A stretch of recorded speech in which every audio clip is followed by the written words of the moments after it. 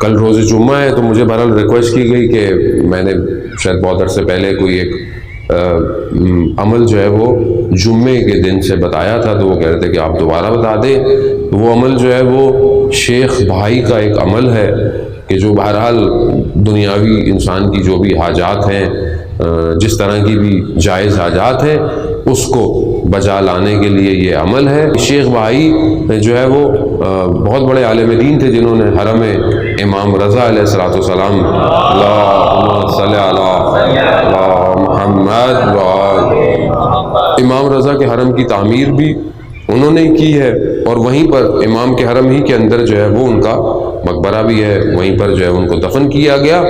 بہت بڑے عالم دین تھے، اپنے دور کے مجتہد تھے، فقیہ تھے، بہت سارے علوم پر دسترس تھی۔ عالم دین کہتے ہیں کہ میں نے ایک عمل پڑھا کتاب میں، اور عمل جو تھا وہ ان سے منسوب تھا۔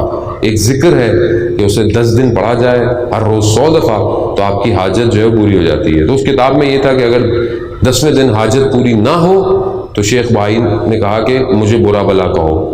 لیکن اصل عمل جو انہوں نے بتایا، جو یہ عمل آیت اللہ شمس الدین نے، جو آیت اللہ بہجت کے شاگرد ہیں، انہوں نے اپنی کتاب روزگاران میں جو ہے وہ اس عمل کو لکھا ہے۔ میں نے اسی سے دیکھ کے یہ بتایا، اور پھر میں نے خود عمل کیا۔ میں نے خود بھی کر کے دیکھے لوگوں کو دینے سے پہلے۔ یہاں پر ہم تقوی کی لوگوں کو ہدایت دیتے ہیں، خود تقوی اختیار کریں، سیدھی سی بات ہے۔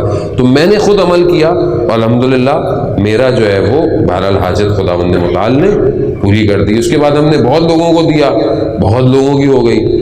کچھ لوگوں نے ہمیں بولا مولانا ہمارا عمل نہیں ہو رہا۔ میں نے کہا اب یہ اللہ کا معاملہ اور آپ کا معاملہ ہے، بہرحال لیکن ہو سکتا ہے مصلحت پروردگار ہے، لیکن بعض اوقات عمل کرنے میں بھی انسان سے کوئی نہ کوئی کوتاہی ہو جاتی ہے۔ امام خمینی فرماتے تھے ابھی کوئی عمل کرو پہلے 2 دن روزے رکھا کرو تاکہ پاک صاف ہو۔ عمل جو ہے وہ جمعے کی صبح فجر کی نماز کے بعد 100 دفعہ یہ ذکر پڑھنا ہے، اور 10 دن پڑھنا ہے اتوار تک، اور سنڈے کو 10 دن ہو جائیں گے تو انشاءاللہ ذکر جو ہے وہ بہرحال اگر آپ ڈھونڈنا چاہیں گے تو خیر انٹرنیٹ پہ بھی میری ویڈیوز موجود ہیں، اور بہرحال کہیں نہ کہیں ٹیکسٹ مل جائے گا۔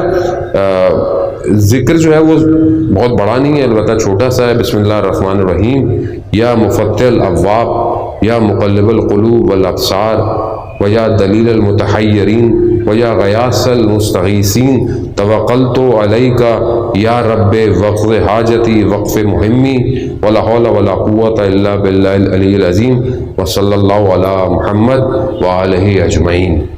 صلوات بھیجتے محمد، اللہم صلی علی محمد وآلہ